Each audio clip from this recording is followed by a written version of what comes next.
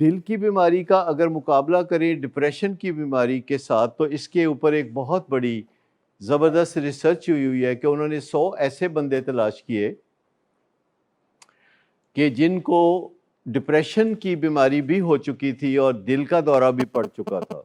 100 بندے جن کو ڈپریشن کی بیماری بھی ہو چکی تھی، شدید ڈپریشن کی بیماری، اینڈوجینس ڈپریشن کی بیماری، اور ان کو دل کا دورہ بھی پڑ چکا تھا، اور وہ دونوں سے کامیابی سے نکل چکے تھے علاج کے باعث.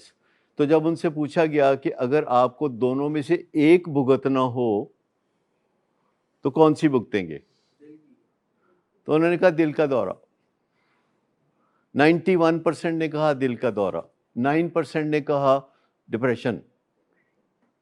تو اس سے آپ اندازہ کریں کہ دنیا کی سب سے بڑی بیماری ہمارے احساس کی بیماری ہے، جس کا ہمیں احساس نہیں، جس کا کسی کو احساس نہیں.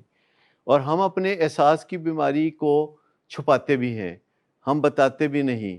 ہم بتاتے ہیں تو لوگ کہتے ہیں کہ تم نہ شکرے ہو، لوگ کہتے ہیں تم خام خواہ ایسے کرتے ہو. کہتے ہیں نہیں کچھ نہیں ہوتا. مجھے بتائیں کہ آپ میں سے کبھی کسی نے کسی دوست سے پوچھا ہوگا یار میرا خیال ہے کہ میں دماغی معائنہ کرا لوں، کوئی اچھا سا ڈاکٹر بتاؤ؟ کبھی پوچھا؟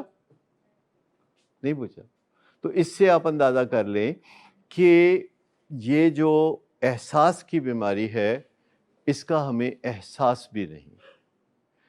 ہم خام خواہ باقی ٹیسٹ کروا لیتے ہیں پر دماغی ٹیسٹ کوئی نہیں کراتے کہ دماغی ٹیسٹ کرا لیں کہ ہمیں کچھ نہ کچھ تو آئیڈیا ہو جائے، ہم دوسروں کی باتوں پہ ہی غور کر لیں. کئی دفعہ لوگوں میں کہتے ہیں تم پاگل ہو گئے ہو.